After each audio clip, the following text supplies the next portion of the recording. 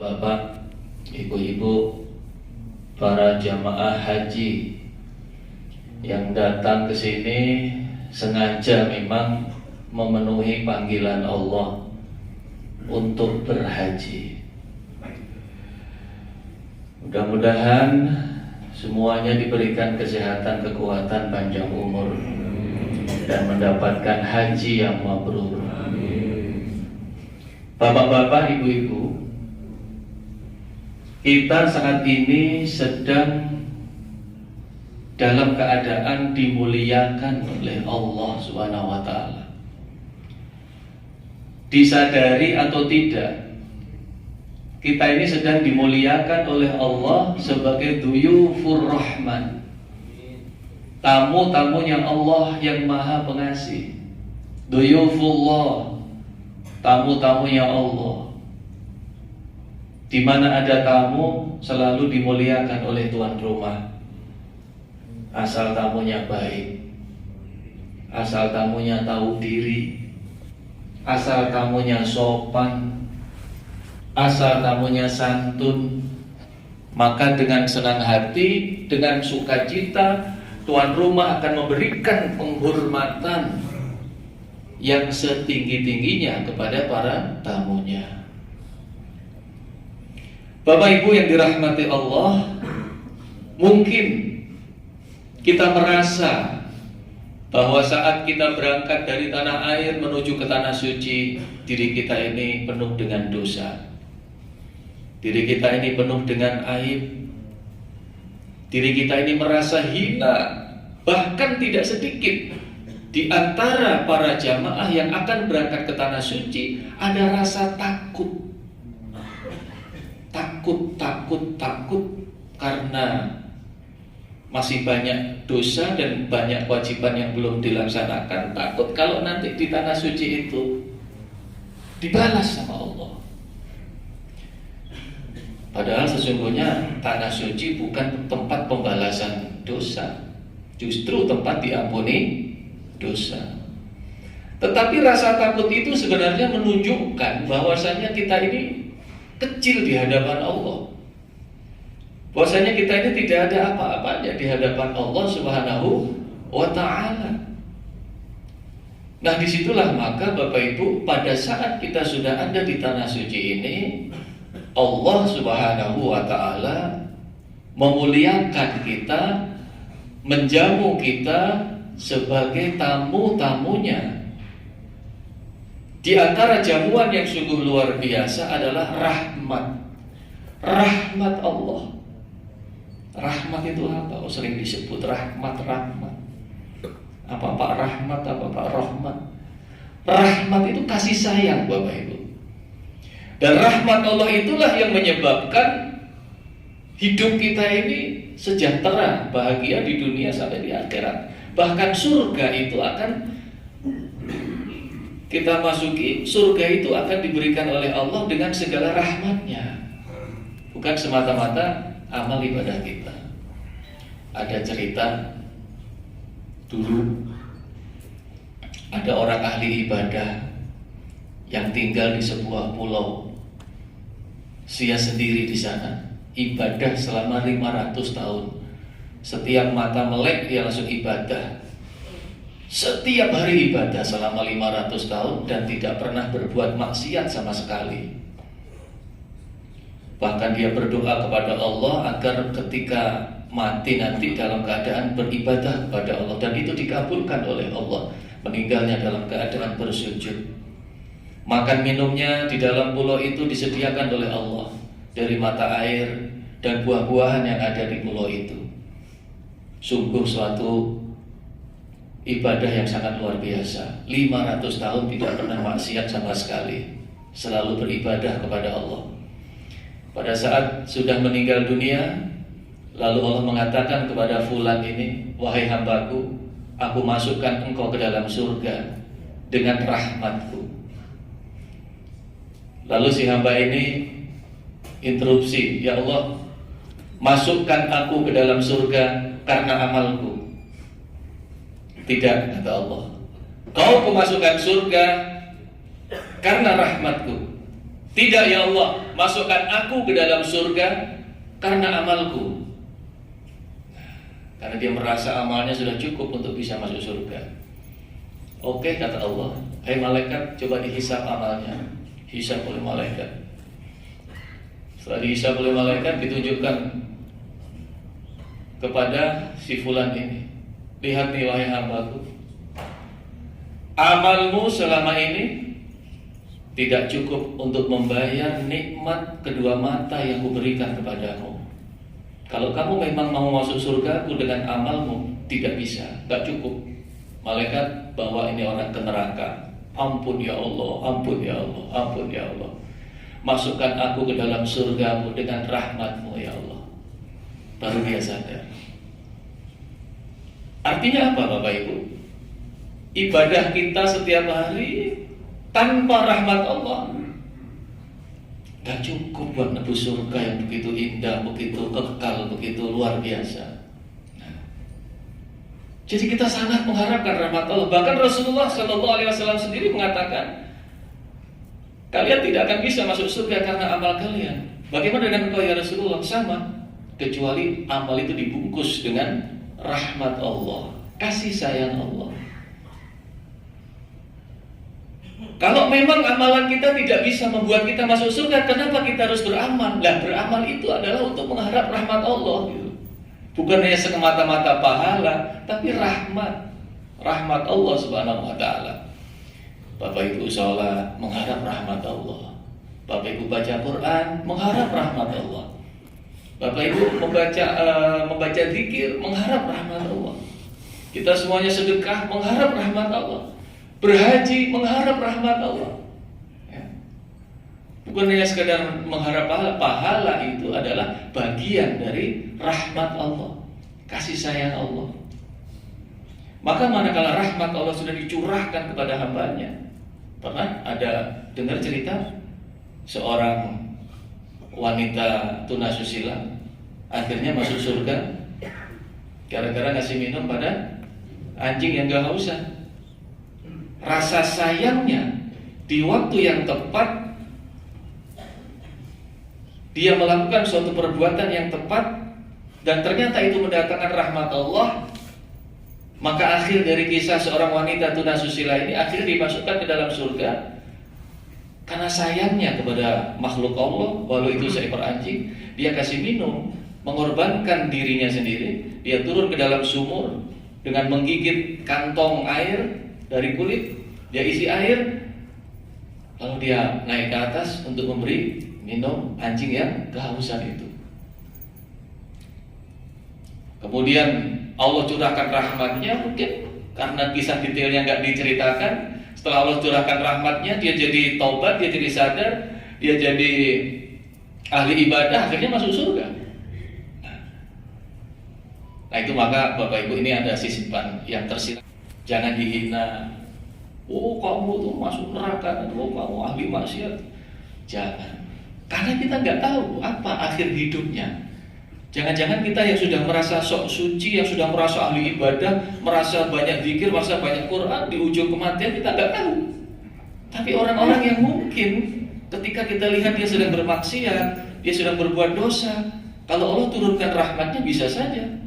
Ternyata dia menjelang akhir hayatnya, ibadahnya sungguh-sungguh, dia jadi ahli taubat, ahli sedekah, malah surganya tinggi daripada kita yang suka mencela, yang suka merasa lebih bersih, lebih suci dan sebagainya. Ini sisipan dari makna tadi itu ya. Jadi seorang wanita tunasusila pun Allah memberikan rahmatnya masuk surga. Nah, kembali kepada temanya, rahmat itulah yang kita butuhkan Bapak Ibu. Dan di Mekah ini adalah sumber rahmat yang paling besar. Pak, kita kan sudah tidak di Masjidil Haram. Bapak, Ibu, memang betul kita sudah tidak di Masjidil Haram. Tapi sekarang ini kita ada di Tanah Haram. Ada di dalam wilayah Tanah Haram. Wilayah Tanah Haram ini dipenuhi dengan rahmat Allah. Disebut dengan Hasanatil Haram. Setiap kebaikan dilipat gandakan pahalanya 100.000 kali lipat. Jadi maaf, kita di sini nih di Hotel Transit pahalanya masih dilipatkan 100.000 karena masih ada di dalam wilayah tanah haram. Kita, Bapak Ibu, kita sholat, zikir, baca Quran, sedekah, sabar, ikhlas, semua pahalanya dilipatkan 100.000. Cuman yang pernah saya ceritakan dalam kesempatan yang lalu, walaupun rahmat Allah dicurahkan begitu deras, tidak semuanya bisa maksimal mendapatkan, tergantung perilaku kita masing-masing. Ibarat hujan deras turun dari langit, Bapak Ibu, ini rahmat Allah di tanah haram nih. Kayak hujan deras turun dari langit, maka dari hujan deras itu di antara manusia yang mendapatkan hujan, ada yang hanya mampu menampung air hujan dengan 1 cangkir kecil. Ada yang mampu menangkap air hujan, menampung air hujan itu dengan gelas agak besar. Ada yang mampu menangkap atau menampung air hujan itu dengan teko. Ada yang mampu menampung air hujan itu dengan ember. Ada yang mampu menampung air hujan itu dengan drum. Dan bahkan ada yang sengaja menggali kolam yang luas agar mampu menampung air hujan yang sebanyak-banyaknya. Bapak Ibu, pertanyaannya sekarang, termasuk golongan yang mana? Nggak usah dijawab, tanya pada diri sendiri. Jangan sampai aku jauh-jauh datang dari tanah air ke tanah suci hanya mendapatkan bagian rahmat 1 gelas kecil. Jangan sampai aku datang jauh-jauh dari tanah air ke tanah suci hanya mendapatkan bagian rahmat Allah 1 ember. Kurang, Bapak Ibu. Nah, maka ini dikembalikan kepada Bapak Ibu semuanya. Makanya diberikan tausiah, diberikan nasihat supaya kita sadar. Karena sifat manusia itu pelupa, sifat manusia itu suka lalai, maka dikasih nasihat. Ustadz, kiai, nggak jaminan dapat rahmat Allah yang lebih banyak, tergantung perilakunya. Ustadz, ulama, kiai di tanah haram tidak memanfaatkan rahmat Allah ini, ya nggak dapat bagian yang banyak. Kalau saya ibaratkan, biar ibu-ibu itu lebih dapat mencerna, itu ibaratnya belanja, diskon, beli 1 dapat 10. Ada sebuah toko menggelar diskon, dan diskon ini hanya berlaku 1 hari. Beli 1 dapat 10, bayar 1 dapat 10. Ada 100 orang masuk ke dalam toko itu, siapa yang paling banyak dapat diskon? Ya siapa yang paling banyak belanja.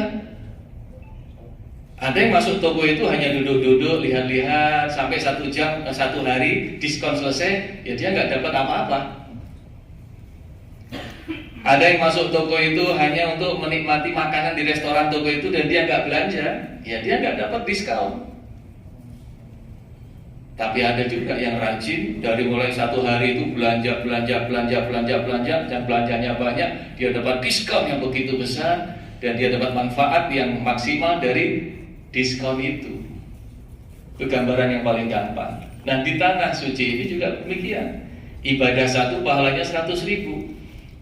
Sedekah 1 real seperti 100.000 real pahalanya. 100.000 real kali 4.000, 400 juta. Coba di tanah air sekali lempar 400 juta, berat.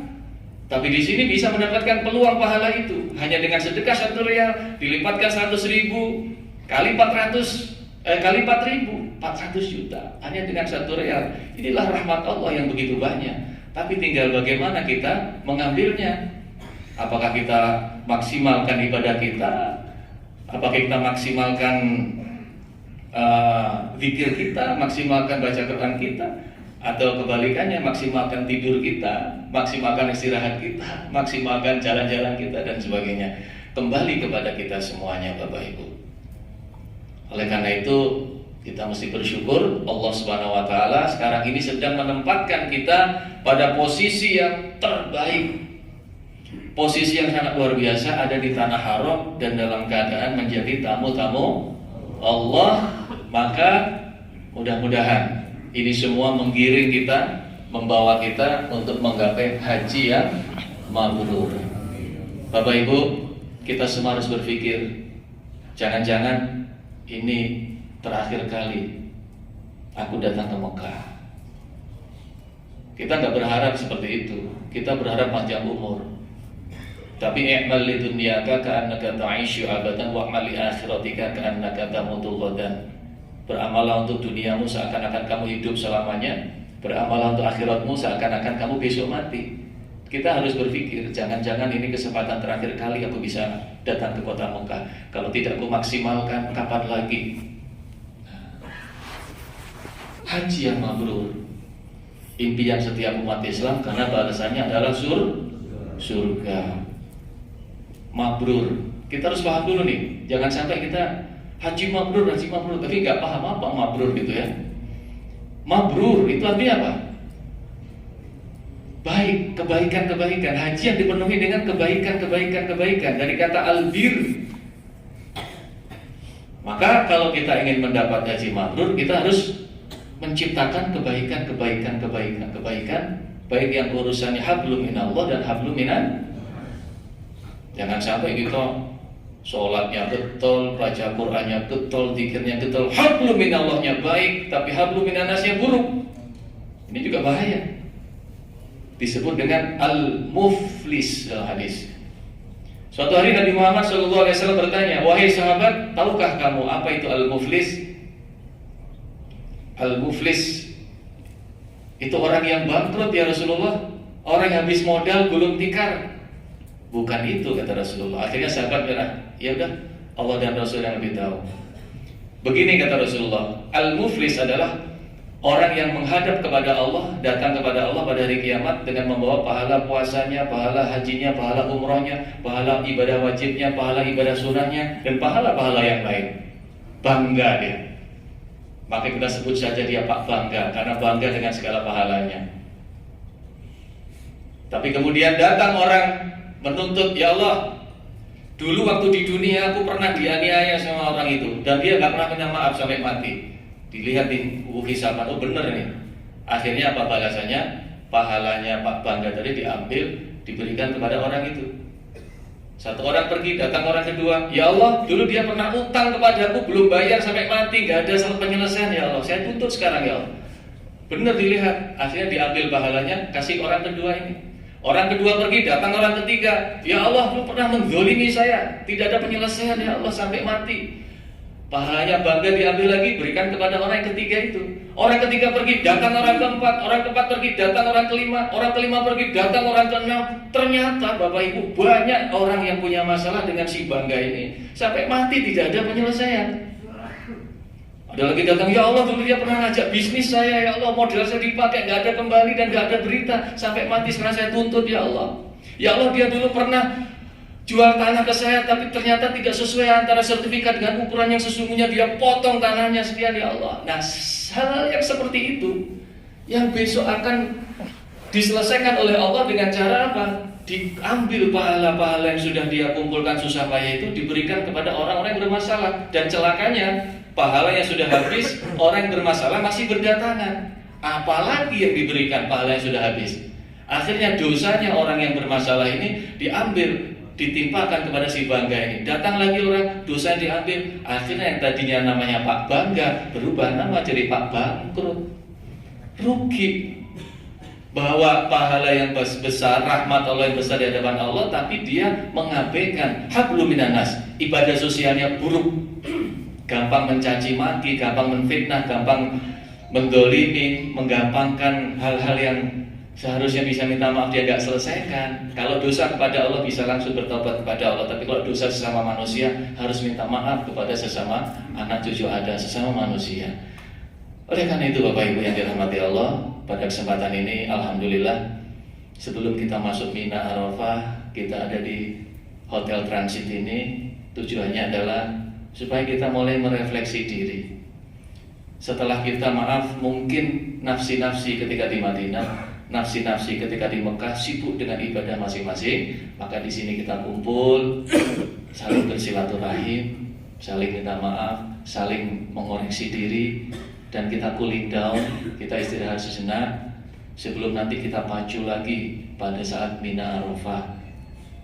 Kita nikmati di Hotel Transit ini, kita syukuri, kita manfaatkan sebaik-baiknya untuk menjalin silaturahim lebih erat lagi, agar hablum minan nas kita semakin baik, dan di ruangan masjid yang cukup luas ini kita bangun hablum minallah dengan sholat 5 waktu, ibadah sunnah, dan tausiah dan sebagainya. Insya Allah mudah-mudahan kita mabrur semuanya. Akhlak kita semakin baik. Semoga kita menjadi hamba-hamba Allah yang bisa meneladani akhlak Rasulullah SAW.